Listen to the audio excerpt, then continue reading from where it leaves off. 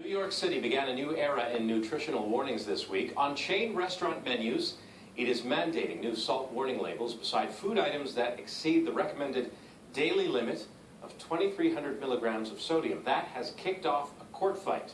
Christy Brissette is registered dietitian and president of 80/20 Nutrition. She joins us from Toronto. So what do you make of this idea? Good one or not?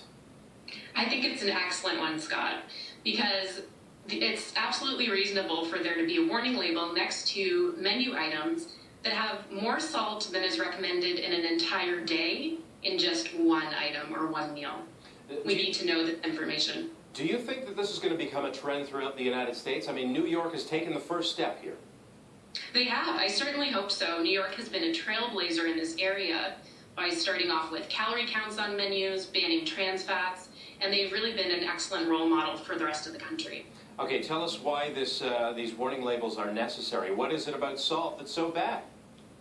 Well, most Canadians and Americans are getting more salt than we need in a day. In fact, we're getting more than double we need in a day, which increases the risk of heart disease, stroke, and high blood pressure.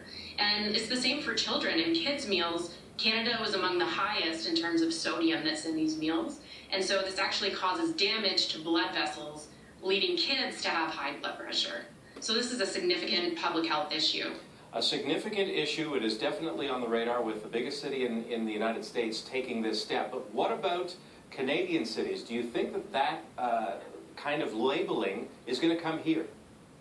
I really hope that it does, because our current sodium reduction strategy is voluntary and it's not working. There have been studies from my colleagues at the University of Toronto looking at voluntary sodium reduction on restaurant menus.